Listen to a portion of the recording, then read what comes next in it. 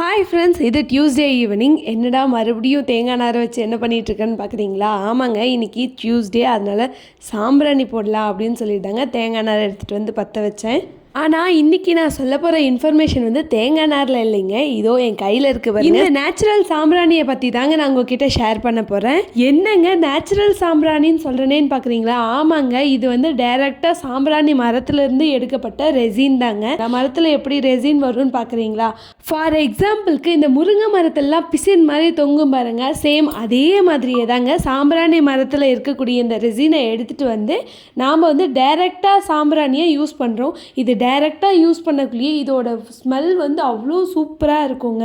எங்களுக்கு வந்து பெரிய தம்பி கிருஷியு பிறந்தப்போ என் ஹஸ்பண்டோட ஃப்ரெண்டு வந்து கோத்தகிரி ஹில்ஸ்லேருந்து கொண்டு வந்து கொடுத்தாரு. இது வந்து நாட்டு மருந்து கடையிலையும் கிடைக்கும். ஈஸியாக நம்ம வாங்கி யூஸ் பண்ணிக்கலாம். இந்த மாதிரி நீங்களும் ஆல்ரெடி யூஸ் பண்ணியிருக்கீங்களான்னு கமெண்ட் பண்ண மறந்துடாதீங்க. தேங்க்யூ ஃபார் வாட்சிங் வீடியோ.